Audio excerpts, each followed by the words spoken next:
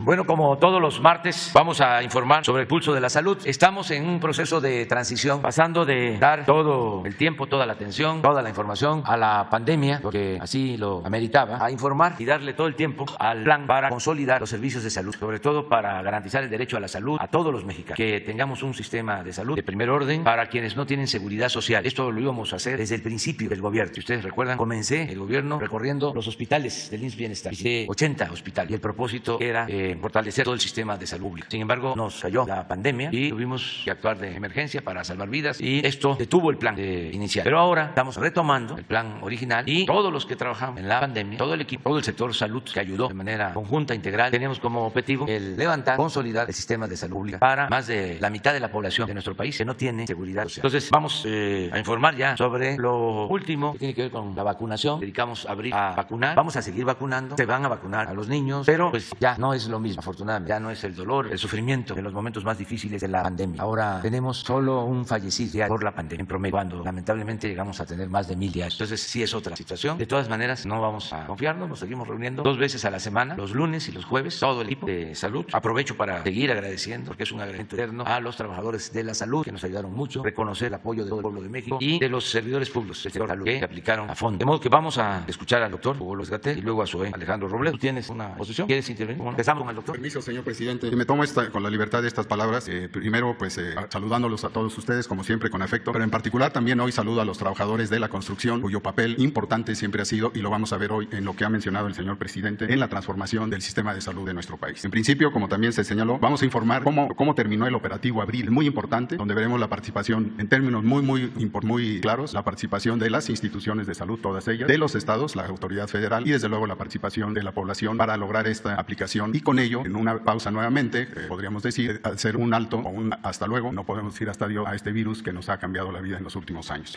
Pero a continuación vamos a pasar a un deber que tenemos en salud de lograr que este sistema de salud tengamos novedades en él, que sea una transformación a fondo y como ustedes pueden saber, ya saben, está coordinado por el maestro Zoé Robledo, quien nos llevará a cabo en pocas palabras a ver dónde estamos, hacia dónde vamos, cómo recibimos y cómo estamos enfrentando esta transformación. Por lo tanto, les dejo en voz a los 12 funcionarios. Presidente, con su permiso, maestro, querido Zoé, muy buenos días tengan todas y todos ustedes. La idea, como ya la señor presidente, es 2 cosas. Uno, informar cómo logramos durante el operativo Abril tener una aplicación muy copiosa de vacunas, muy intensiva. Y segundo, agradecer a las instituciones y sus personas líderes por esta participación tan entusiasta para toda la actividad que se realizó. Entonces, si vemos las imágenes, por favor. Vamos a empezar recapitulando sobre la cantidad de vacunas que hemos administrado. En México son 205.5 millones de dosis, las cuales más de 152 millones fueron para el esquema primario y el remanente 52.8 millones fueron durante las distintas etapas para los refuerzos, incluyendo el operativo Abril. La siguiente, por favor. Aquí vemos la información que ya habíamos comentado de la cifra que ya cambió muy poco sobre la cobertura de los esquemas primarios. Logramos 87% de cobertura, con 91% para las personas adultas de 18 años y en adelante y 55% para las personas jóvenes de 14 a 17 años de edad. Este es el esquema primario de vacunación contra COVID. La siguiente. Y este es el operativo Abril. Es la jornada más intensiva de vacunación que tuviéramos a lo largo de todo el programa de vacunación COVID que inició desde el pasado 23 de diciembre de 2020 y tenemos que 13.390.000 dosis fueron aplicadas durante el operativo. Importante el operativo también porque logramos recuperar algunos esquemas primarios, es decir, vacunar a personas que no se habían vacunado ni siquiera una dosis y se entusiasmaron, se decidieron por vacunarse y como pueden ver ustedes fueron 330.000 dosis de primera vez y 397.000 dosis para completar el esquema primario. Y la gran mayoría, desde luego, 12.6 millones fueron para los refuerzos, con lo que alcanzamos una cobertura de 66% de los refuerzos para todas las personas durante el operativo Abril. La siguiente, por favor. Y esta es una tabla que resume la participación de las instituciones federales de salud, tanto civiles como militares. El operativo Abril, como lo explicamos en su momento, tuvo 2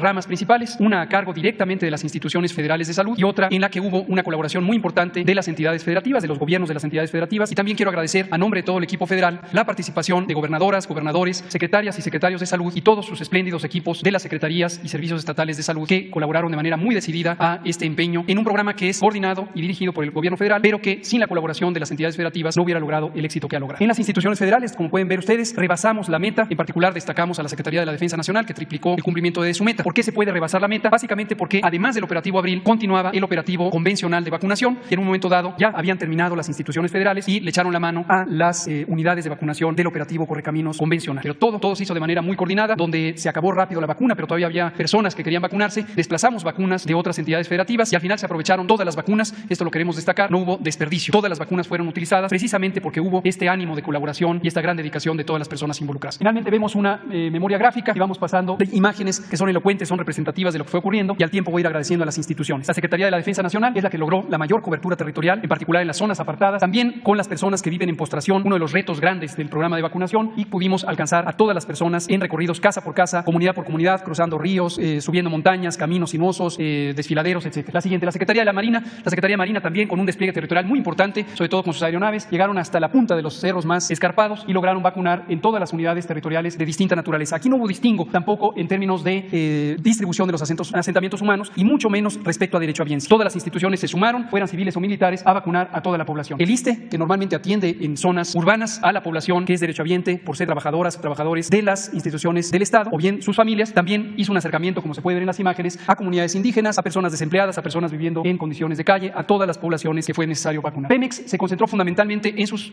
unidades, las plataformas petroleras, que son también uno de los retos importantes de la operación, pero se extendió más allá con la ayuda de distintos instrumentos, distintos vehículos, fue cubriendo también a población no asegurada por Pemex y ayudó de manera muy importante al operativo Correcaminos. Y finalmente, el Instituto Mexicano de Seguro Social, la institución federal de salud que tiene la más amplia cobertura en todo el país, tanto con su régimen ordinario para población asegurada como con IMSS Bienestar para población asegurada, pero que se expandió mucho más allá de sus personas derechohabientes y fue vacunando, como se puede ver, utilizando todos los medios disponibles. Aquí se ve cómo fueron cruzando en situaciones difíciles. Esta imagen nos parece muy estimulante, revela la colaboración que hubo. Ahí podemos ver a la persona servidora de la Nación, a la enfermera del Seguro Social, a nuestro compañero marino, y todos los equipos fueron integrados de esta manera mixta, todos cooperando de manera muy decidida. Por lo tanto, gracias, vemos la última, gracias a estas instituciones, qué bueno que tenemos estas instituciones nacionales de salud, gracias también y de manera muy particular a todas y todos los coordinadores Correcaminos, personal directivo de instituciones federales, civiles y militares que estuvieron en todos los estados, también a las personas delegadas del bienestar, de los programas sociales del bienestar, por supuesto a las personas servidoras de la Nación y a todo el equipo operativo que estuvo, se cuenta por decenas o centenas de miles que participaron en este operativo. Muchas gracias por todo ello, presidente. Muchas gracias, muy buenos días, con su permiso, señor presidente, secretario Hugo, a todos los medios de comunicación y a quienes nos ven esta mañana. Como lo ha dicho el presidente López Obrador, desde antes de que tuviéramos conocimiento de la pandemia se había empezado a preparar por todo el sector salud un plan para levantar el sistema de salud en lo que refiere particularmente a esa mitad de los mexicanos y las mexicanas que no tienen seguridad social y en ese sentido que no tienen acceso a las instituciones de seguridad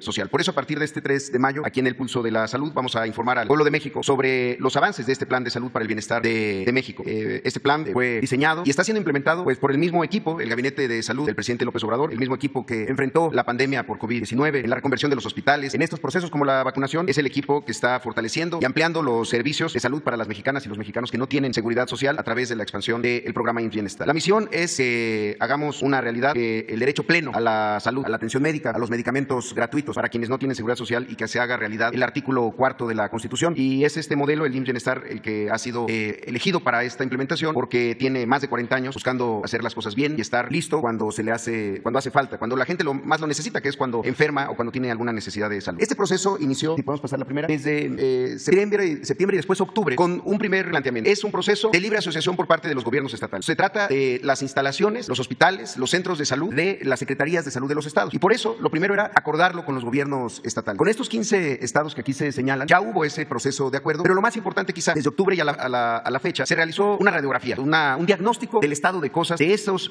sistemas de salud, de esos hospitales, de esas unidades, en función de sus necesidades. Fue un trabajo en 14 estados. Hay un estado que justamente el día de hoy, en San Luis Potosí, está arrancando el levantamiento, este diagnóstico, pero participaron 1,145 personas y fueron hasta 331 hospitales de los servicios estatales de salud, 4,665 centros de salud, para hacer un estudio que superara solamente lo documental, es decir, el diagnóstico clásico que se hace en un escritorio, en donde uno puede ver ahí que existe un hospital y que supuestamente tiene quirófanos, pero que la realidad puede ser diferente y en la realidad ese quirófano no esté operando o esté sirviendo como un almacén o como una bodega. Entonces, se trató de ir directamente al lugar de los hechos. ¿Qué se encontró en esta radiografía de los 15 estados? Son, digamos que las necesidades mayores, las macro, en 3 de los grandes rubros o en 3 de los apartados en donde más faltan elementos e inversión. El primero tiene que ver con equipos que en el primer nivel de atención, en las unidades, en las clínicas, pero también en los hospitales, van desde tener estuches de diagnóstico, quizá uno de los elementos, de los instrumentos, de las herramientas más básicas que tiene que tener un médico general, o también el estado de los refrigeradores para todo tipo de vacunas y biológicos, los esterilizadores de vapor para poder esterilizar justamente el instrumental,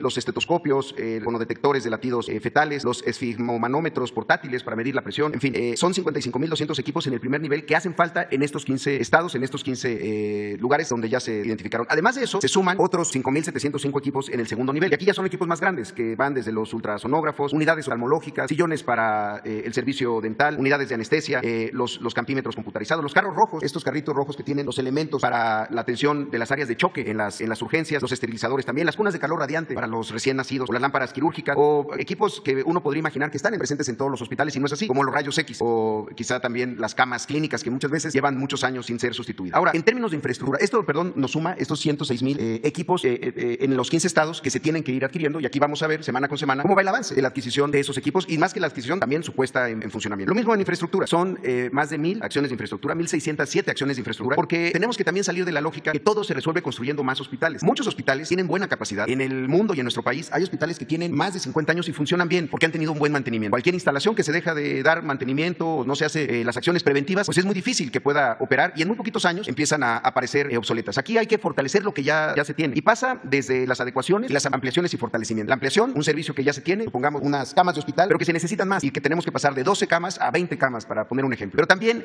el fortalecimiento. En muchos de estos hospitales que se hicieron en los últimos años no se tienen servicios tan básicos como unidades de cuidados intensivos o áreas para la atención de observación hospitalaria para menores de edad en las áreas pediátricas. En ese sentido, también tenemos algunas otras acciones que tienen que ver con la dignificación de los centros de salud. Los baños, por ejemplo, tanto para los trabajadores como para el público, para los usuarios, como también las impermeabilizaciones, algo que pareciera tan básico, pero que puede cambiar en absoluto la operación y el clima laboral de un hospital. Esas son las que hemos identificado. Y desde luego, el reto mayor quizá, que es el personal. En México tenemos un déficit de personal porque había un déficit en la formación de ese personal. Eso se ha ido corrigiendo, pero tenemos que abordarlo desde ahora. Son 33,020 trabajadores de la salud que hacen falta, entre médicas, médicos generales y también especialistas, enfermeras de todas las categorías de enfermería, desde las enfermeras especialistas hasta las auxiliares de enfermería, pero también todo el resto del personal que permite la operación de un hospital, camilleros, conductores de ambulancia, la gente de cocina que está preparando las dietas para las personas que están hospitalizadas, o quizá la gente de mantenimiento, de conservación, de limpieza, de higiene y demás. Ahora, si lo vemos desde estas dimensiones, pueden pasar a la siguiente. Esta es la meta y aquí iremos viendo cómo vamos alcanzando estas metas. La meta es alcanzar en estos 15 estados la operación de 347 hospitales para las personas que no tienen seguridad social. Aparte, sigue y continúa obviamente la operación de los servicios de atención médica para las personas con seguridad social en el IMSS, en el ISSSTE, en ISFAM para las Fuerzas Armadas o en PEM. Pero esto es en los 15 estados la meta que se quiere tener, un sistema con 347 hospitales, 7,033 unidades de primer nivel, es decir, tanto las unidades médicas rurales como se conocen en Bienestar, pero también los centros de salud de 1, 2, 3, varios núcleos que pueden ser ya más grandes de varios consultorios, y este total del personal médico, 46,043 personas. Como verán, es un número mayor de las 33,000 que habíamos mencionado, porque aquí ya se suman parte del personal que ya está atendiendo en los hospitales IMSS Bienestar, y estos son los que se suman en los 15 estados donde se pretende que la operación sea ya desde la federación, sea una operación desde las instituciones federales y ya no desde los estados. Eso sí, con la participación de los trabajadores que actualmente atienden en estas unidades en los procesos que hemos llevado a cabo, que ahora vamos a ver en el caso de Nayarit. Podemos pasar a la siguiente. Esto es ya los primeros resultados de estas acciones. Hoy estamos cumpliendo, de hecho el domingo cumplimos un mes ya operando el sistema estatal del estado de Nayarit. Y en ese sentido, lo que comentábamos antes ya son las acciones que se han llevado a cabo. Las primeras, y que parecieran muy sencillas, pero que tienen una enorme profundidad, porque es donde se atiende la gente que más lo necesita, las unidades que están en los municipios más pequeños. Estas unidades de primer nivel ya se llevaron a cabo 125 acciones que van desde aquellas que tienen que ver con la imagen institucional, las pinturas exteriores e interiores, pero también impermeabilizaciones, los cambios de las instalaciones hidráulicas y a veces de todo el equipo hidráulico, hasta cuestiones que tienen que ver con pozos, cisternas y demás. El cambio de mobiliario y cambio de puertas. Había unidades con puertas desvencijadas o sin chapa. El tema de las bardas perimetrales. Son muchas de estas unidades, en algunos casos incluso ahí viven los médicos pasantes que están haciendo su servicio social y a veces las bardas perimetrales ya se habían caído, vencido y se tenían que levantar. O temas tan sencillos como un pulido de pisos. La siguiente. Después vienen acciones de rehabilitación en infraestructura en los hospitales. En esos 30 días se han realizado crecimientos importantes. En Nayarit se pasó de 11 a 14 quirófanos funcionales. Eso cambia en absoluto la capacidad de respuesta de una unidad. En 5 hospitales se adecuaron y se ampliaron las farmacias. Las farmacias no tenían el espacio adecuado, tenían unas situaciones muy limitadas que no permitían incluso su operación de manera eficiente. En 4 hospitales fueron habilitados los espacios para las residencias médicas. Estos espacios en donde los médicos especialistas que están haciendo su rotación de campo en el último año, su última etapa antes de terminar la especialidad, viven en estos hospitales. En algunos casos son lugares de descanso, pero en muchos ahí es donde habitan hombres y mujeres. Entonces, sin tener esas residencias, pues era muy difícil que pudieran tener médicos especialistas. También hospitales donde se rehabilitaron almacenes en tres casos. La parte de almacenes de un hospital también puede significar la posibilidad de no poder recibir medicamentos que hacen falta porque el hospital está saturado de medicamentos o de insumos incluso a veces que no necesariamente hacen falta. La rehabilitación de tres quirófanos, 2 hospitales donde se rehabilitaron las máquinas de gases medicinales, los cuartos de máquina y la instalación de oxígeno y de gases medicinales, si no tiene la presión suficiente, si no sirve para la hospitalización o las unidades de cuidados intensivos, muchas veces son las razones por las cuales no se estaban utilizando. 2 hospitales que recibieron rehabilitación en el área de esterilización de materiales, allá en Nayarit también, un hospital con rehabilitación del motorio y en el hospital civil se habilitó el área del tomógrafo. El tomógrafo del Hospital Civil de Tepic quizá es uno de los grandes emblemas en todo el sistema de salud para las personas sin seguridad social. Se contaba con un solo tomógrafo que era rentado, no era de la institución, de 2 cortes, muy elemental, y con eso se intentaba sacar toda la necesidad de todos los municipios que llegaban a Tepic. ¿Cuál era la otra opción? Decirle a la gente, pues vaya usted y hágase su tomografía en algún laboratorio privado a a costa del usuario, que muchas veces puede significar un gasto pues catastrófico para su economía. También en la siguiente lo podemos ver en la parte del personal. A la fecha se han contratado 602 personas ya directamente al programa y que están trabajando ahí. Muchas de estas personas ya estaban en el sistema estatal de salud, pero era de la gente que había estado con estos contratos temporales durante años. Se les daban un contrato de 6 meses, un contrato de 3 meses y así los traían durante muchos años. Son personas que ya tienen una seguridad de tener una base, una plaza, tanto en el primer nivel, donde son 93 médicos, 112 enfermeras, y en el segundo nivel, donde se contrató a 16 médicos, 216 enfermeras, 30 paramédicos y los 125 médicos especialistas residentes que están trabajando allá en Nayarit. Si podemos pasar la siguiente. Y un tema muy importante, no solamente se reordenó por completo todo el sistema de abasto de medicamentos de Nayarit, y esto pasaba por los almacenes, como lo comentábamos, y también las farmacias. Y uno de los primeros elementos fue en los hospitales tuviéramos un sistema, que es el sistema de administración de insumos, que permite tener un dato mucho más preciso respecto a la base. Y este tiene que ver con las recetas surtidas completamente. Es decir, cuántas recetas durante una jornada en un hospital fueron canjeadas y fueron recibidas de manera completa. Eso nos habla del indicador de la realidad. Si lo veíamos esto conforme como estaba antes, este indicador estaba en 40%. Es decir, 6 de cada 10 personas que llegaban a una farmacia en el sistema estatal de Nayarit se regresaban con las manos vacías. Les decían, ese medicamento no está, o le daban una parte de la receta y el resto tenían que ir a comprarlo a alguna farmacia privada. Actualmente tenemos el 90% de las recetas surtidas de manera completa. Y también hay que decirlo, ese 1% que todavía nos hace falta, muchas veces se resuelve al día siguiente o en otra unidad. Es lo bueno de tener un esquema que funciona como un solo sistema de salud, donde no se tiene en un lado, se puede tener en otro y entonces se puede ir resolviendo sobre la marcha. Entonces, este sistema ya lo tenemos en todos los hospitales, lo estamos instalando en las unidades de primer nivel que se tienen ya trabajando en Nayarit. Y finalmente, este dato que intentamos resumir de la siguiente manera. Esta es la productividad del sistema, es decir, cuánto de cada uno de los servicios hacían en Nayarit en un mes. Entonces, con los datos que nos dio la propia Secretaría de Salud, y le agradecemos la disposición que ha habido de parte del gobierno del Estado, del gobernador Navarro, detecciones, para poner un ejemplo, detecciones de diabetes o de hipertensión arterial o de cáncer cervicuterino o de cáncer de mama, estaban realizando 923 en un mes. Hoy, en este nuevo sistema de salud para el bienestar, en un mes se realizaron 10,197 detecciones. ¿Cómo opera esto? Pues con más personal, con una reorganización del propio sistema y sobre todo pues con las personas y los equipos que son necesarios para hacer estas detecciones. La atención de partos se pasó de atender 260 partos y cesáreas, aquí están ambos tipos de intervención, a 439, es decir, un incremento del 69%. El resto, en los meses anteriores, seguramente tenían que acudir a una clínica privada y resolver con sus propios recursos. O en el tema de cirugías, que pasaron de 476 que se realizaban antes a 1,034 que se realizaron solamente en el mes de abril ya para Nayarit. Consultas de primer nivel no es comparable porque esas simplemente en ese sistema no se hacían en los hospitales. Hoy ya se realizaron 4,478 porque están trabajando también en todos los turnos, en la parte de consulta, en el turno de la mañana, en el turno de la tarde y también en el turno del fin de semana, donde pueden hacer estas consultas de medicina familiar y las consultas de especialidad, las consultas que tienen que ver con ginecología, pediatría, medicina interna, trauma y demás, que pasaron de 3,732 ahora con los 125 médicos que ya están trabajando ya a 9,513 consultas de especialidad. Entonces, la intención es que vayamos viendo cómo en estos indicadores, en estos rubros se va avanzando. También ya después, cada vez los siguientes estados. La intención es sigamos con el estado de Tlaxcala, después el estado de Colima y aquí iremos informando no solamente cuáles estados van entrando, sino cómo van esos avances ya directamente en la operación. Simplemente para concluir, algo que ha sido muy importante es el conocimiento, la información y la certeza para los trabajadores de salud, que este es un esfuerzo que se va a construir en conjunto de todas las instituciones, pero también con los trabajadores que actualmente prestaban sus servicios muchas veces de manera muy limitada porque no tenían los suficientes insumos o porque las unidades estaban en mal estado, por diferentes razones. Y la verdad que en el caso de Nayarit hemos encontrado mucha vocación de servicio, mucha vocación de quienes decidieron dedicarse a atender a las personas que lo necesitan y que hoy están viendo esto de una manera positiva. Por eso quisiéramos concluir con un breve video de testimonios tanto de usuarios como de personal que ya está integrado a este nuevo modelo de salud. Ya cuento con mi parte, señor presidente. El cambio que yo he visto desde que Bienestar entró fue un cambio de transformación completamente. Me di cuenta cómo mejoró mucho la atención médica, la calidad y la calidez fue mucho mejor a como la estábamos viviendo. Acudimos a recibir una atención médica y encontramos el medicamento suficiente, ¿verdad? El indicado, ya no tenemos que salir a comprarlo fuera. Estamos viendo de manera distinta el hospital. Independientemente de los colores, la infraestructura ha venido a dar en rehabilitación. Se rehabilitaron los 2 quirófanos en pisos, se repararon máquinas de anestesio, luminarias. Todo en el sentido de rehabilitación se ha venido dando en este hospital a partir del día 1 del mes de abril de 2022. Para mí me ha sido una transformación muy buena, excelente diría yo. Se han incorporado nuevos elementos, tanto enfermería como personal de conservación, personal de farmacia. Se ha notado bastante el cambio con la transición que se ha hecho con el Bienestar, en el sentido de que pues se nota a simple vista. La verdad, pues no contábamos con ultrasonido y nos acaba de llegar. Aparte nos llegó el aparato de rayos X, también de Bienestar, nos llegaron en personal 4 radiólogos y estamos muy contentos. Yo, como enfermera de aquí, trabajadora de esta institución, pues para mí es histórico. Muy bien, vamos. lo que sí ya se resolvió es que va a ser una compañera y un compañero. A ver, empezamos con ella y luego contigo. La compañera y contigo.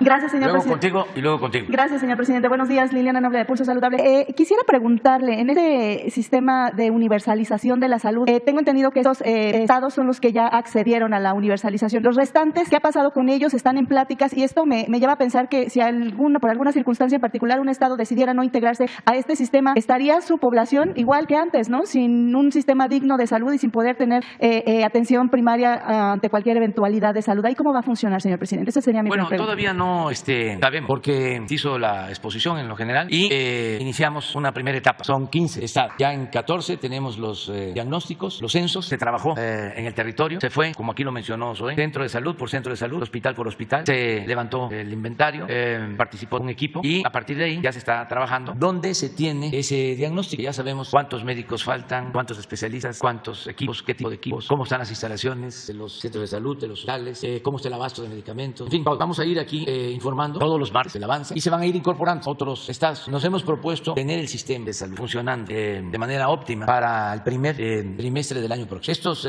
15, desde este año, en 4 o 5 meses más, ya vamos a poder decir, están todos los médicos, se atiende a los pacientes en todos los turnos, fines de semana, no faltan las medicinas, ya al 100. Ese es el reto, ese es el desafío. Por eso lo vamos a transparentar aquí con ustedes, para que si lo que estamos informando no corresponde a la realidad, se denuncie o nos ayuden todos a dar seguimiento al proceso, hasta que entre todos podamos lograr levantar el sistema de salud gratuito. No solo el cuadro básico de medicamentos, todas las medicinas, todos los análisis clínicos, todas las intervenciones. Es garantizar el derecho a la salud, que no es, como lo hemos dicho en otras ocasiones, un privilegio, es un derecho humano fundamental. Entonces ese es el propósito y lo vamos a lograr. Tenemos los recursos. Como no hay corrupción, esto lo dije desde hace mucho tiempo, que tenían la hipótesis de que si acabábamos con la corrupción, en este caso en el sector de salud, con el mismo presupuesto nos alcanzaba para garantizar atención médica y medicamentos gratuitos a toda la población, porque era muchísimo lo que se robaba, en un saqueo desmedido, sin límites. Y por eso no estamos pensando que de dónde vamos a sacar los recursos o cómo vamos a financiar el que la salud se ofrezca a la población como un derecho y que sea universal y gratuita. Lo podemos hacer es demostrar también en todo lo que tiene que ver con la salud el daño tan grande que causaba la corrupción, porque se robaban hasta el dinero de los medicamentos, políticos corruptos que tenían ese negocio, incluso apoyado por medios de información, por periodistas famosos. Pero ya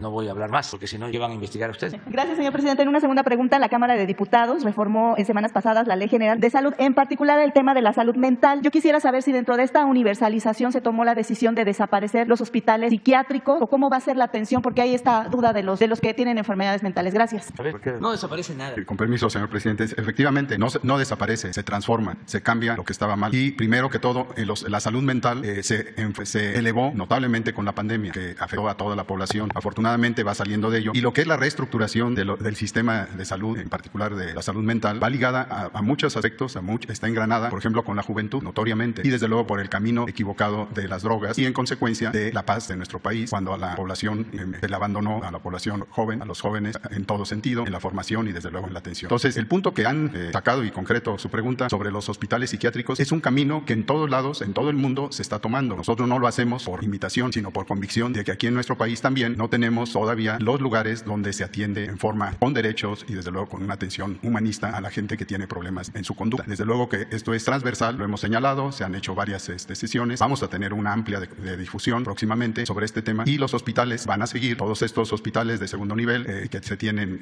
en lo que se ha mencionado, van a tener consulta de psicología y de psiquiatría con especialistas también específicos para ese manejo diferente. Habrá lugares donde se tiene que tener al ser humano, porque no todos son pacientes, sino son seres humanos todos, donde se tiene que dar un seguimiento diario y desde luego inclusive en algunos momentos de hospitalización, pero no es lo mismo en un hospital general que en un hospital donde nada más se atiende el aspecto psiquiátrico. La experiencia nos señala que si un paciente con las enfermedades que tenemos, desafortunadamente las enfermedades crónicas, diabetes, hipertensión, daño renal, etcétera, y tiene una afección de su comportamiento, una afección por ansiedad, por una situación psiquiátrica, se requiere tratar esos problemas que inclusive ayudan en forma negativa a que la enfermedad de estos pacientes que han sido abandonados, estos seres humanos, no salgan adelante. Y en esta forma, en forma integral, como debe ser la salud, vamos a tener en cada uno de los hospitales camas que tengan esa atención. Y así se va quitando el estigma y la situación de los jóvenes en particular. Muchas gracias. Doctor. Y finalmente, señor presidente, ahora en su gira a estos países centroamericanos, ¿existe la posibilidad o ha habido algún interés de parte de Guatemala, Belice, El Salvador, no sé, de extender esta vía del Tren Maya y así comunicar a estos países de la región? Bueno, yo creo que en el caso de Guatemala, de todo Centroamérica, se van a beneficiar con el tren. En el caso de Guatemala, se va a modernizar la vía férrea y van a haber trenes nuevos de el Istmo hasta Ciudad Hidalgo, que está en la frontera con Guatemala. De Ixtepec a Ciudad Hidalgo, que va a modernizar toda la vía. Esto ayuda mucho para Guatemala. Pero además, con el Tren Maya va a quedar muy cerca de Guatemala por el lado de la frontera con Tabasco. Hay un paso que se llama El Ceibo, es un paso fronterizo que está pues a 1 hora o menos de Tenosique, Tabasco. Va a haber una estación del Tren Maya. Y luego, en el caso de Belice, pues va a haber estación en Chetumal, que les queda muy cerca, y se está también rehabilitando, ya prácticamente está terminado, el aeropuerto de Chetumal. Entonces hay una comunicación muy buena. Originalmente queríamos que la vía de tramo 1, que sale de Palenque hasta Escárcega, y el tramo 7, de Escárcega hasta Calakmul, buscara la línea fronteriza. A ver si pones un mapa, es interesante, porque de esa manera se buscaba unir más a Tikal, que está en Guatemala, a Flores, que está en Guatemala, con Calakmul. Además, muy cerca de la frontera, del lado de Guatemala, hay un sitio arqueológico que se llama El Mirador, que es también muy importante. Esta es la ruta del tren, Palenque. Aquí está lo que les comentaba, Tenosique, y aquí está una estación, El Triunfo, porque muy cerca de aquí, y así da una zona arqueológica que se llama El Tigre, muy importante en el río Candelaria. Acuérdense que el tren es para comunicar las antiguas ciudades y las nuevas ciudades del sureste. Entonces, lo que buscábamos, lo que pensamos es, a ver, de aquí, en vez de ir a Escárcega, esta es la raya que divide Guatemala con México. Entonces, irnos, en vez de hacer esto, irnos por aquí, por la frontera, porque Calakmul está aquí, y aquí, en línea recta, está Tikal y Flores, y aquí, del lado de Guatemala, pero casi en la línea, está El Mirador. Acuérdense que antes no había frontera, era Mesoamérica. Esto ayudaba porque es una línea recta, tenía el derecho de vía por la frontera, pero resulta que aun cuando esto ya está resuelto en todas las instancias internacionales, porque en el tiempo de Porfirio Díaz hubo una confrontación por los límites, estuvo a punto de declararse una guerra de México y Guatemala, intervinieron de países extranjeros y se creó un tribunal para la definición de la línea divisoria entre los dos países. Todo esto se originó fundamentalmente porque las empresas madereras no solo explotaban la caoba de la lacandona, sino se metían a Guatemala para sacar la madera acá a la costa y llevarse la madera preciosa a Europa, la caoba que es la reina de la madera. Entonces eso originó el conflicto, porque habían monterías, así se les llamaba, que se metían a lo que era el territorio de Guatemala, y esto originó el conflicto. Entonces se llegó a la definición y al acuerdo. Sin embargo, todavía hay alguna reclamación sobre frontera, aun cuando esto ya está definido, hay mojoneras, se limpia por el ejército guatemalteco, por el ejército mexicano. Entonces le decidimos que no, porque era hacer una infraestructura aquí que a lo mejor iba hacia adelante a causar algún problema. Pero les hubiese ayudado mucho el estar muy cerca de El Mirador y al mismo tiempo de Calakmul, y nosotros salíamos de nuevo aquí para arriba. Entonces sí va a ayudar el tren, de todas maneras, Tren Maya, y estamos trabajando con los países de Centroamérica en varios proyectos, y eso es lo que vamos a tratar allá en el viaje. Buenos días, señor presidente. Alberto Martín Espinosa, de JF Informa desde Cancún, frecuenciacar.com, y desde el portal en Querétaro, esahora.am.com. Señor presidente, ¿qué relación tiene usted con el líder del Partido Verde Ecologista, Jorge Emilio González, y qué opina del ataque misógino que se dio a conocer hace un par de semanas, el que hizo el llamado Niño Verde en contra de la candidata de oposición en Quintana Roo, de Laura Fernández? No tengo información sobre el hecho, y sí lo conozco al dirigente del Partido Verde. No lo he visto desde hace algunos años, pero sí lo conozco. Señor presidente, comentarle también que la Secretaría de Relaciones Exteriores destacó que la capital queretana que preside Luis Nava fuera elegida entre 40.000 ciudades de los 193 países miembros de la ONU para hacer uso de la voz en un foro mundial la semana antepasada. Se eligió el municipio de Querétaro por las políticas públicas que desarrolla, además de los análisis de instancias como la SEDATU, el estudio de ciudades prósperas elaborado en conjunto por el Infonavit y ONU Habitat, así como índices a nivel internacional. Luis Nava habló de los esquemas para abatir el rezago del pasado, responder a las necesidades y desafíos del presente, como lo ha sido la pandemia, y trazar un Querétaro del futuro, y atender la nueva agenda urbana de la reunión especial del Consejo Económico y Social de la ONU. Señor presidente, ¿qué opinión le merece la participación de México en representación del presidente municipal de Querétaro, Luis Nava, en la ONU? Me parece bien. Todos los que van a otros países invitados para dar a conocer lo que sucede en nuestro país, pues son embajadores de México, los ciudadanos, las autoridades, y en Querétaro hay progreso, hay un buen gobierno, el gobernador Curi está haciendo bien las cosas, de modo que lo veo muy bien. Lo que está mal, y a veces se cuestiona, es cuando van a acusarnos el extranjero, pero eso no lo han hecho autoridades. Lo hizo, que yo recuerde, pues un dirigente de una organización empresarial con el rey de España, y nada más. No van a dirimir los asuntos de nosotros en el extranjero. Aquí sí hay polémica, y debe de haber, y es necesaria, es parte de la democracia, pero si va a hablar de la importancia que tiene Querétaro y del buen gobierno en Querétaro, pues lo veo muy bien. Y además es cierto, Querétaro es un estado bien gobernado, casi estuvo como Tlaxcala, que no dejó deuda, el anterior gobernador, y el actual, repito, el gobernador Curi lo hace bien. Es presidente municipal. Presidente municipal del municipio de Querétaro, sí, de la capital de Querétaro. Sí, muy bien, felicidades. Gracias. Señor presidente, en seguimiento a una denuncia que le realicé el 30 de marzo sobre outsourcing, aún no se ha resuelto nada el despido masivo que se dio en todo el país por parte de las casetas de cobro de Capufe. Se hizo un despido masivo de toda la gente que trabajaba, y obviamente usted hizo un decreto para que se recontratara a toda esa gente, y no no se hizo justicia, sino que más bien lo que hicieron los administradores de las plazas de cobro fue contratar a familiares, amigos y hasta vender plazas. Tenemos evidencia incluso hasta de la venta de plazas. Ojalá que pueda atender ya esto la directora de Capufe, porque sigue sin atenderse este caso. Sí, ya se está viendo. La vez pasada lo trató también Hans. Y ya hablamos con la directora de Capufe. Ya tiene también la autorización de la Secretaría de Hacienda para llevar a cabo las contrataciones. De este personal que fue despedido injustificadamente, ¿también a ellos se les va a retomar en cuenta? No sé exactamente, pero ella hizo la solicitud, me hizo el planteamiento en una supervisión que hicimos a la carretera de Tepoztlán, lo recuerdo, y ahí di la instrucción al subsecretario de Egresos de la Secretaría de Hacienda y pregunté después de que se hizo la denuncia y de que ya se está atendiendo. Vamos a pedir un informe sobre el caso. Efectivamente, porque realmente los administradores incumplieron un decreto presidencial contratando gente que no era parte de ese esquema de outsourcing, que durante años, incluso hay personal de más de 15 años de trabajo que fueron despedidos de una forma injusta, ¿no? Yo creo que también haría falta que la función pública participe en esta parte para que haya suspensiones de jefes de plaza. Lo vamos a ver.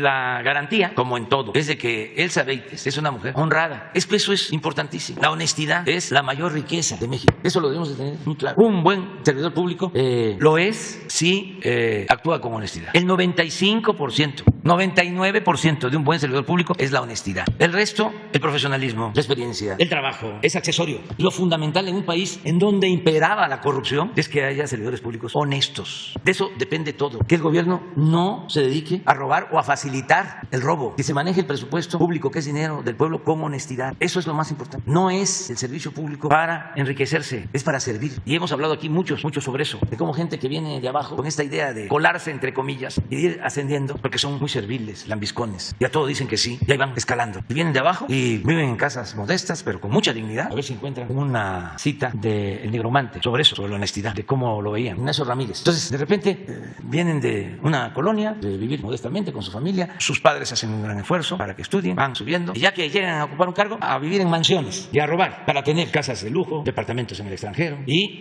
ya apostar por lo material, por el lujo barato. Esto es muy fomentado por los potentados que no tienen dimensión social. Otro día un joven me decía que uno de estos ricos, multimillonarios, famosos, decía que no le hagas caso, dice, si tú quieres tener un Ferrari o algo así, no le hagas caso al que trae un Toyota. Le digo, ¿ese está mal? ¿No te sabe ese hombre? No sé quién lo dijo, pues, pero cuyo nombre hay que olvidar. Entonces, Elsa es honesta y por eso me da tranquilidad. A ver si encuentran. ¿Está complicado? Sí, pero lo he visto ya en 2 ocasiones en redes. Seguramente el que lo puso. Sí, no, dice que él es, pues que anda de manera modesta y que los que van en los carruajes lo ven, pero que él se siente muy satisfecho de ser como es o como él. Ojalá y la encuentre. Al rato les llama. Muy bien. Compañera. Gracias, presidente. Buenos días. Shaila Rosagel, corresponsal del Grupo Gili, el Imparcial de Sonora, La Crónica de Mexicali y Frontera de Tijuana. Presidente, preguntarle en primer lugar, en Altar, Sonora, el sábado pasado se reportó un convoy, secuestraron 3 patrullas, pero las autoridades las recuperaron y aseguraron a 3 personas y armas. Preguntarle qué sabe de este suceso ocurrido el sábado en Altar y pues qué les diría a los ciudadanos de esta región que piden más seguridad. Sí, tenemos la información. Se vio aquí en una reunión de seguridad. Se detuvieron unas personas y fueron a quererlos liberar, a rescatar un comando, pero no lograron su propósito y estamos reforzando la seguridad en Sonora y lo vamos a seguir haciendo. Eso es lo que puedo comentar. Más información sobre este suceso, pues podría Rosa Isela Rodríguez informarles. Yo sí registré el hecho, el informe. ¿Podría darnos algún comunicado a la secretaria hoy? Hoy. Gracias, presidente. En una segunda pregunta, con la nacionalización del litio, preguntarle cuál ha sido la reacción de las empresas que tienen concesiones que buscan explorar el litio y sobre todo esta empresa que está en Sonora, la empresa china, que ya tuvo comunicación con el gobierno. ¿Qué ha pasado con estas concesiones, presidente? Todavía no hay ninguna reacción. Ha habido una comunicación con el presidente de Bolivia. Él, a su vez, tiene relación, como nosotros, con el presidente de Argentina, que también tiene litio, y con el presidente de Chile, con el propósito de que se vaya creando una asociación para ayudarnos mutuamente. En el caso de Chile y Argentina, son empresas particulares, pero el gobierno está interesado en ayudar para la explotación del litio, con ese sistema de explotación particular del mineral. En el caso de Bolivia y de México, se nacionalizó el litio. Pero hay coincidencias y vamos a trabajar, ya lo estamos haciendo de manera conjunta, para todo el desarrollo, lo que tiene que ver con la exploración, con el procesamiento, con las nuevas tecnologías y ver también qué va a suceder con estas empresas de Sonora. Todavía no hemos visto este asunto, está en espera de algunas cosas. Tenemos un tiempo para presentar el proyecto de la nueva empresa por ley, ya se está elaborando ese proyecto, pero no puedo adelantar más. Presidente, ¿habría una invitación al diálogo con estas empresas como ha ocurrido con las en materia de eléctrica?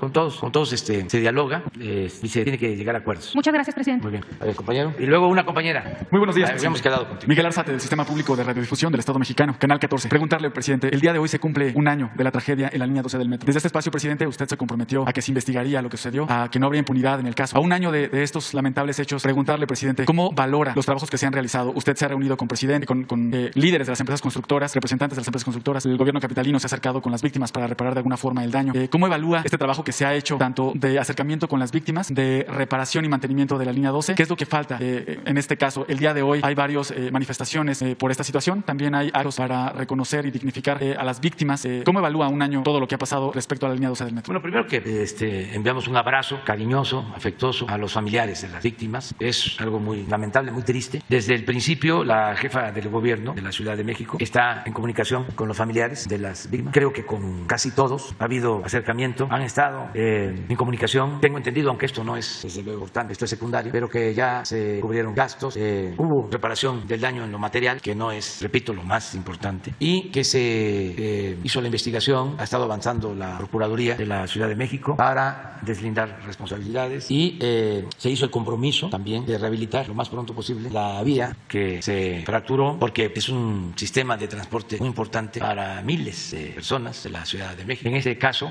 las empresas decidieron ayudar sin cobrar. El tramo que afectó, el tramo de la tragedia, correspondía a una empresa de Carlos Slim. Él asumió la responsabilidad. Se hizo un dictamen para la reparación de todo el tramo de la obra. Participaron expertos independientes y él está asumiendo toda la responsabilidad sin gastos para el gobierno de la ciudad, cosa que nosotros reconocemos, porque sin necesidad de ningún juicio, cuando se le planteó de que independientemente de las investigaciones para deslindar responsabilidades, se tenía que iniciar la reparación de la obra lo más pronto posible para terminarla en un año. Él aceptó. Ya está, tengo información de que ha estado personalmente pendiente de que se cumpla con la construcción de la obra. Carso y ICA son los que más están absorbiendo los gastos de reparación. ICA también participó y están cumpliendo. O sea, aquí lo que se tiene que concluir es lo de la responsabilidad, la reparación del daño, escuchar, mejor dicho, seguir escuchando, atendiendo como lo merecen los familiares de las víctimas. Eso es, básicamente. Y tengo confianza porque la jefa de gobierno es una mujer sensible, Claudia Sheinbaum, y está haciendo su trabajo. Desde luego,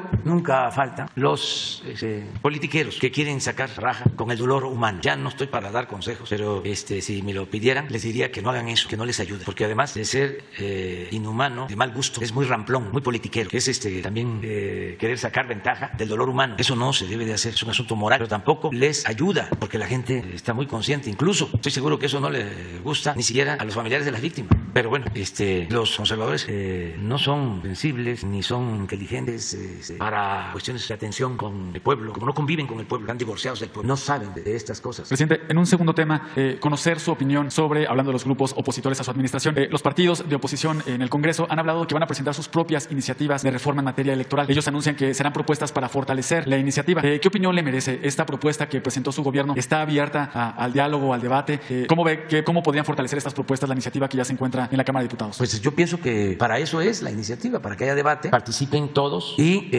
se garantice la democracia en el país, que ya no haya fraudes electorales, que se tenga autoridades imparciales, mujeres, hombres de inobjetable honestidad en el Instituto Electoral, en los tribunales, gente incorruptible, honesta, que también no cueste tanto todo el proceso electoral. Nos podemos ahorrar como 20,000 millones de pesos, que se facilite el voto, que puedan votar nuestros paisanos del extranjero y sobre todo que las elecciones sean libres y limpias, que haya democracia. Entonces, que ayuden para lograr entre todos lo que deseaba el apóstol de la democracia, el sufragio efectivo, que efectivamente el pueblo elija a sus autoridades, que no sean impuestos por el dinero, por el fraude, por las campañas de publicidad, las campañas mediáticas, todo lo que padecimos. Entonces, creo yo que pues sí van a participar todos, y si dicen que no, pues deberían de explicar por qué se oponen. Una de las consignas de los grupos de oposición es que van a defender al INE. Sin embargo, desde esta tribuna, desde esta conferencia se ha manifestado que lo que se buscan son autoridades honestas y justas. ¿Qué opinión le merece que los de oposición dicen que van a defender al INE? Es que hay mucha desinformación porque son muy chuecos, muy mentirosos. He estado yo viendo eso. Dice, yo no estoy a favor de la reforma porque quieren desaparecer al INE. Pues no es cierto. Es el INE con un consejo igual, más que en vez de 11-7, para que no haya tanto aparato, y que en vez de ser impuestos por los partidos en arreglos cupulares, que los elige el pueblo, que es el soberano, que es el que manda. Eso es. No desaparece tampoco el tribunal, nada más que también a los abogados del tribunal, que los elige el pueblo, porque si no son los partidos. 2 para ti, 2 para ti, 2 para ti, 1 para mí. Así es. manera ahí están actuando a favor de quien los impuso. Entonces, ¿por qué no? Es la gente la que los elige de manera democrática. ¿A qué le tienen miedo? Y otras ventajas. ¿Por qué 500 diputados? ¿Por qué no 300? ¿Por qué tantos diputados locales? ¿Por qué tantos regidores? El presupuesto de un gobierno municipal, que de por sí es escaso, se queda en el mismo gobierno municipal. No le llega nada a la gente. Pueden estar las calles llenas de bache porque el presupuesto se destina en un 95% al llamado gasto corriente. Porque hay ayuntamientos en donde tienen 11, 15 regidores y bien pagados, que ganan hasta más algunos que el presidente de la República. Y luego cada vez que hay que firmar la cuenta para que firmen, en algunos casos, porque hay mucha gente honesta, pero en algunos casos sí te firmo, pero hacen así. Y ahí va, adicional, como la cuenta no está limpia y quieren dejar todo planchado. ¿Pero cuánto cuesta eso? Entonces, ¿para qué 11, 15, 5, 7? Esa es la reforma. Y se va a ir conociendo cada vez más y la gente pues se va a ir dando cuenta. Es como la reforma eléctrica. Imagínense que votaron a favor de las empresas extranjeras, a favor de Repsol, en contra de López Mateos, del general Cárdenas. Votaron en contra de la nacionalización del litio. Votaron a favor de las empresas extranjeras y de los gobiernos extranjeros, que les brillan sus ojitos por el litio. Y nada más, o no nada más, porque también los aprieta. Pero en algunos casos, por decir, vamos en contra, todo en contra, como estrategia. Y ahí está Claudio y González, ¿no? Los representantes de los grupos de poder económico, que eran los dueños, se sentían los dueños de México. Ayer vi una foto, no sé si es algo que la vez pasada la persona me reclamó, de que no lo había dicho ahora, sino lo dijo antes, pero vi una foto de Claudio que es González haciendo campaña en Hidalgo, ya abierto, ¿no? Poder económico, con poder político, juntos, contra la transformación. Pero bueno, eso es lo que puedo comentar. De Altamirano, bueno, es su alumno, sí. Ixtla, Morelos, un orgullo. De aquí también era Vicente Guerrero. Estoy pobre, era un intelectual de primer orden. Estoy pobre porque no he querido robar. Estoy pobre porque no he querido robar. Otros me ven desde lo alto de sus carruajes tirados por frisones, pero me ven con vergüenza. Yo los veo desde lo alto de mi honradez y de mi legítimo orgullo. Siempre va más alto el que camina sin remordimiento y sin manchas. Esta consideración es la única que puede endulzar el cáliz porque es muy amargo. Esto es, qué distinto, ¿no? Al empresario el que hacía yo mención, que no sé si lo dijo, pero ahí también queda de tarea, no sé cómo se llama. Pero me lo estaba comentando un joven y le dije, pues ese hombre no está salvo. Vamos con la compañera. A ver, sí, con la compañera y luego tú. Gracias, presidente. Daniel Escobar, de Atiempo.tv. Preguntarle, ayer usted hacía mención de una solicitud que hizo al presidente de Estados Unidos, Joe Biden, en torno a incluir a todas las naciones de América, puesto el Caribe. Ayer mismo un funcionario de Estados Unidos que está encargado de asuntos para la región, Brian Nichols, dijo que no iba a haber invitaciones, al menos para Venezuela, Cuba y Nicaragua, porque, bueno, el argumento que él mencionaba en una entrevista en televisión es que estos países no garantizaban la democracia. Preguntarle a usted, en primer lugar, bueno, pues qué opina de una tan pronta, tal vez todavía no es la decisión final, pero si insiste Estados Unidos en esta situación, ¿usted estaría pensando ir o no a esta cumbre de las Américas en Estados Unidos? Bueno, primero no hay que adelantarnos porque, pues con todo respeto, el planteamiento lo hicimos al presidente Biden. Entonces él me mencionó que iba a pensarlo y ayer salió para Washington Marcelo Ebrard y le encargué que además de los temas de la agenda bilateral se tratara esto. Entonces hay que esperarnos, no nos adelantemos. ¿Confía que pueda haber una respuesta con los días en que pueda considerar incluir a esta afirmación? Sí, no, lo descartamos. Alguien me comentaba, creo que Marcelo, que en la pasada cumbre se invitó a todos. Entonces vamos a esperarnos. En una segunda pregunta tiene que ver con el asunto del Tren Maya. Ya usted hace unos días mencionaba que van a dejar los tramos que representen complicaciones hacia el final para poder avanzar en el resto. Pero incluso, bueno, ya algunas organizaciones han adelantado que vienen al menos 3 amparos más. Ayer se hablaba de una suspensión, una segunda suspensión para este tema del tramo. Preguntarle hasta dónde o en qué punto considera que pueda llegar una conciliación para poder avanzar en el tema del tramo 5. Si en algún momento ha pensado tal vez que se pueda regresar, por ejemplo, al asunto a la carretera 307, algún cambio o cómo van a resolver el asunto de la lluvia de amparos y también el tema de cómo respondería su gobierno ante la situación. Pues la lluvia de amparos la vamos a resolver como se resolvió la lluvia de amparos en el aeropuerto Felipe Ángeles. Creo que todavía no llega a rebasar el número de amparos que presentaron en el Felipe Ángeles. A ver si hacemos la investigación cuando se pueda, ¿no? Porque ahí fueron muchísimos y se resolvieron. Porque no son los propietarios, en este caso no son los campesinos, no son ejidatarios, no son pequeños propietarios, son pseudoambientalistas. Cada vez estoy más convencido de que son unos farsantes. Y mañana pasado vamos a hablar de eso a fondo, porque es increíble la destrucción del medio ambiente ahí en donde ellos se están oponiendo al Tren Maya. Increíble. Nada más que esa destrucción la están llevando a cabo empresas muy poderosas, acostumbradas a cooptar a todo el que se deje. Entonces vamos a continuar. Es el Tren Maya una obra importantísima para el desarrollo del sureste. Ayer, a ver si pones mi face, les voy a dar un dato que es interesante. Quizá porque me tocó viajar en tren, como muchos, ya veteranos. Y era la historia de México. Y con saña, y desde luego por corrupción, acabaron con los ferrocarriles, los neoliberales. Quizá por eso deseo con toda mi alma que volvamos a tener trenes de pasajeros en todo el país, como en Europa, como en otras partes. Entonces vamos a enfrentar pues a estos grupos de intereses creados, a sus voceros y a chichincles, pero el tren va. Miren, estaba yo recordando, esto es hace 20 años, era yo jefe de gobierno, pero les voy a contar un poco más la historia. No se habían podido comprar vagones del metro porque era tanta la corrupción de que se peleaban. Unos en aquel entonces estaba el asesor de Salinas, así como Claudio X González, José Córdoba, de origen francés, y apoyaban a las empresas europeas. Y por otro lado, otros apoyaban a las empresas de América, en este caso a Bombardier de Canadá. Y no se podían hacer licitaciones porque habían acusaciones mutuas de corrupción. El caso es que ya no se tenían trenes y tardaban en llegar los trenes a las estaciones. No había frecuencia adecuada y se tenían que comprar los trenes. En la última licitación se pelearon y se canceló. Y llegó a declarar en ese entonces el embajador de Canadá que él había estado en varios países, pero que nunca había visto tanta corrupción como en México. No duró ese embajador. Le pidieron amablemente que se fuera. Esto en el gobierno de Salinas. Entonces llegamos nosotros y decidimos comprar los trenes. Y se creó un comité con periodistas y especialistas para llevar a cabo todo el proceso. Y no hubo problema. Se compraron 45 trenes, 400 vagones, más de $500 millones en ese entonces. Allá andan todavía los trenes. Y nos entregaron el primero en el 2004, pero se hizo el contrato como en el 2002, hace 20 años. Y el compromiso, porque estaba Ciudad Sagún en una situación muy mala, fue de que se hicieran los trenes en Ciudad Sagún para dar trabajo en Ciudad Sagún a los obreros. Y se logró todo eso y se cumplió. Y no hubo de las empresas que participaron ninguna inconformidad. Pasa el tiempo y resulta que Alstom ya se asoció con Bombardier, ya es la misma empresa y siguen en Sagún. Y ayer fuimos a firmar compromiso de cumplimiento en tiempo y forma. Tienen que entregar el primer tren para el Tren Maya en julio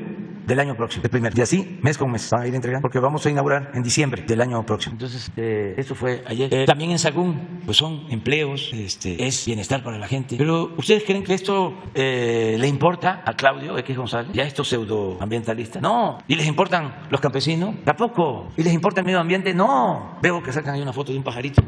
Me acuerdo que cuando Claudio encabezaba la campaña a favor de la mal llamada reforma educativa, decía que le preocupaban mucho los niños. Nada, son unos hipócritas, corruptos. Además, debería de explicar Claudio X González quiénes lo están financiando, aparte del gobierno de Estados Unidos. Hay empresas que eran las que medraban antes, que están molestas y que están financiando toda la campaña en contra nuestra. ¿Por qué no transparenta de dónde recibe dinero su asociación? ¿Y por qué no han ellos decidido dejar de recibir dinero del gobierno de Estados Unidos? Es un acto de honestidad, que no son una asociación para combatir la corrupción. Demuestran lo contrario, que son una asociación para fomentar y defender la corrupción. Entonces eso es parte de lo que mencionan estas personas activistas que han dicho que se han promovido estos amparos, es que los anteriores fueron impugnados por Fonatur no conocieron las razones por las cuales se impugnó, pero que se logró pues que avanzaran las obras, pero ellos consideran que mucho tuvo que ver con el acuerdo que se publicó en el Diario Oficial el año pasado, a finales del año pasado, si en efecto el objetivo del acuerdo será precisamente hacerle frente a este tipo de amparos para que siga la obra. No, es que el acuerdo lo suscribí porque tenemos que avanzar y ellos lo que quieren es que no hagamos nada. No me estoy chupando el dedo. Entonces, si no emito el acuerdo, pues nos paran por completo. Si eso es lo que ellos quieren. A ellos no les importa de que se quede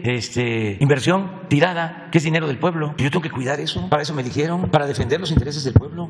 Además, dicen, es que no hay permiso. La famosa mía, lo que es el impacto ambiental. Parte del permiso, del acuerdo, fue para que se tuviese el tiempo y se hicieran bien las cosas, porque nadie quiere destruir el medio ambiente. A lo mejor ellos sí, pero nosotros llevamos años luchando por la naturaleza, luchando por las causas justas, luchando por la justicia. Y ese acuerdo está validado por la autoridad judicial, por la Suprema Corte, es legal. Y es muy evidente, repito, ¿dónde está el conflicto? ¿Dónde están los amparos? ¿Dónde está el dinero? Pon otra vez el plan.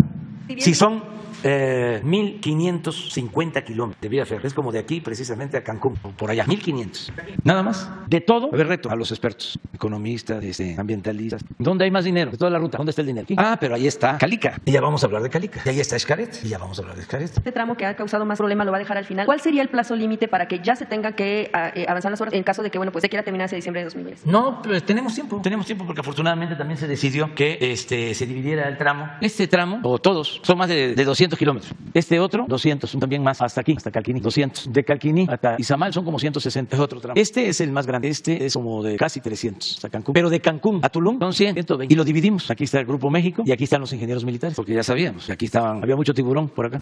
Hasta acá, hasta Chetumal, 200. Y a Escárcega de nuevo, 200. O sea, sabemos. Y no vamos a darle un paso atrás. Y ellos tienen todo su derecho de acudir a las autoridades y cuentan con el apoyo de miles de abogados. Siempre he dicho pues que el conservadurismo en México es muy fuerte, como en el mundo. Deben de tener como entre sus vanguardias, ¿no?, los más recalcitrantes y simpatizantes como 25 millones. Es una fuerza considerable. Y en el Poder Judicial, mayoría. Pero la verdad y la justicia. Son fuerzas muy poderosas. Presidente, solamente finalmente en torno al tema del fiscal general Alejandro Gertz Manero, últimamente han salido todavía más cuestiones en torno a cuestionamientos del actual que ha tenido en su cargo como fiscal. Si no ha considerado de nuevo saber si es necesario que rinda cuentas y es necesario que pueda dejar el cargo porque ya ha sido pues muy cuestionado su actuar. Ahora, bueno, pues de hecho ya la Fiscalía está buscando procesar a un columnista y a una activista por el caso de las filtraciones de los audios cuando estos pues se difundieron y sobre eso se hicieron pues este tipo de análisis en prácticamente todos los medios. Preguntarle si no ha reconsiderado justo que por este actuar deba rendir cuentas el fiscal. No, estoy yo pensando en intervenir, en inmiscuirme en un asunto que tiene que ver con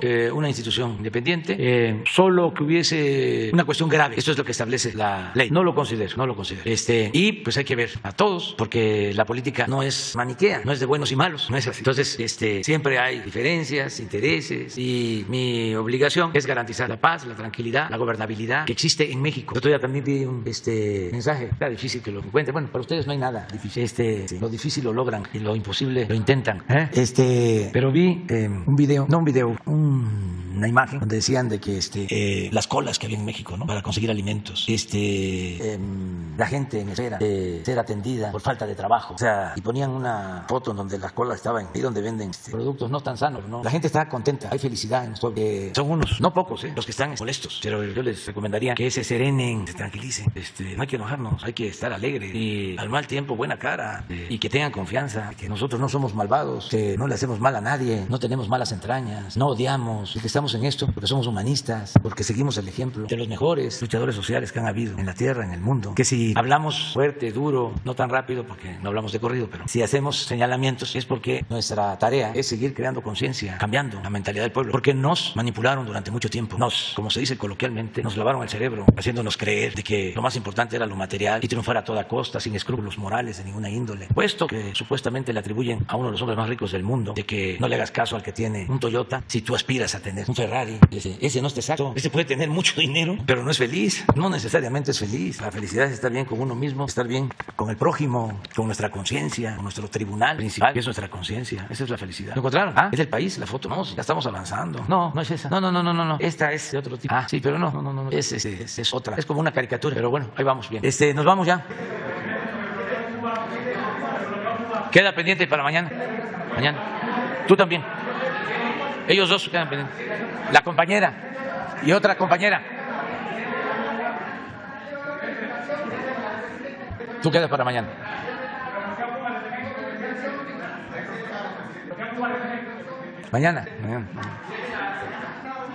Mañana. Sara completa, mañana. 2 y 2. Mañana. No tenemos tiempo, vamos a seguir hablando.